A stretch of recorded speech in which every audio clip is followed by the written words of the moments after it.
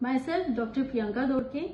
I am a board certified dermatologist, and let's talk about psoriasis today. Psoriasis is an immune mediated inflammatory disease. साध्या सरळ सोप्या भाषेत सांगायचं झाल्यास आपल्या शरीरात एका ठराविक गतीने नवीन त्वचाही येत असते. म्हणजेच जुनी त्वचा झडून नवीन त्वचाही येत असते. मात्र सोरायसिस या आजारामध्ये नवीन त्वचा तर येते पण जुनी ही झडत नाही. त्याच्यामुळे एकावर एक असा थर तयार होतो आणि त्यातनं कोंडा बाहेर पडतो. सोरियासिस हा आजार शरीराच्या कुठल्याही भागात होऊ शकतो. स्पेसिफिकली स्कॅल्पमध्ये किंवा तळहात तळपायाला सुद्धा हा आजार होतो. कधी कधी हा आजार पूर्ण शरीरावर होतो, ज्याला आपण एरिथ्रोडर्मा असंही म्हणतो. त्वचा सोडून हा आपल्या सांध्यांना सुद्धा अफेक्ट करतो.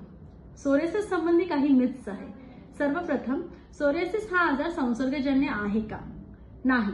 सोरियासिस हा आजार तुमच्या संपर्कात आलेल्या कुठल्याही व्यक्तीला होणे शक्य नाही. नंबर 2, हा आजार अस्वच्छतेशी रिलेटेड आहे का? नाही.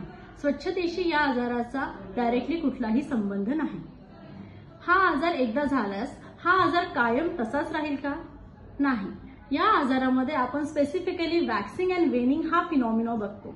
म्हणजे कधी कधी हा आजार अतिप्रमाणात वाढतो तर कधी कधी तो आपोआप कमी होतो. बऱ्याचदा असं बघण्यात आलेलं आहे की 80% पेशंट्समध्ये हा आजार थंडीच्या दिवसामध्ये वाढतो.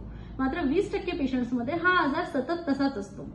पण ट्रीटमेंट केल्यानंतर हा आजार बऱ्याच प्रमाणात कमी होतो. अल्कोहोलशी याचा डायरेक्टली संबंध आहे का?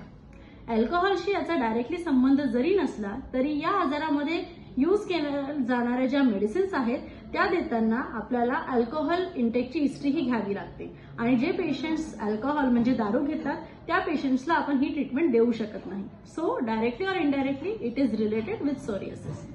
सोरियासिस या आजारामध्ये घेतली जाणारी काळजी. सर्वप्रथम आपल्याला आपली त्वचा ही मऊ ठेवायची आहे. त्यामुळे जितक्या जास्त प्रमाणामध्ये आपण मॉइश्चरायझर किंवा इमोलियंटचा वापर करू शकलो ते आपल्यासाठी फार योग्य आहे. सेकंड इम्पॉर्टंट थिंग, आपल्या डाएटमध्ये omega 3 fatty acid containing foods हे आपण इन्क्लूड केले पाहिजे, ज्यामध्ये फिश ऑइल, त्यानंतर अक्रोड, बदाम या सगळ्या गोष्टींचं सेवन आपण वाढवायला हवं. Third, reduce stress. स्ट्रेस हा कमी प्रमाणात हवा. And lastly, quit smoking and alcohol. Thank you.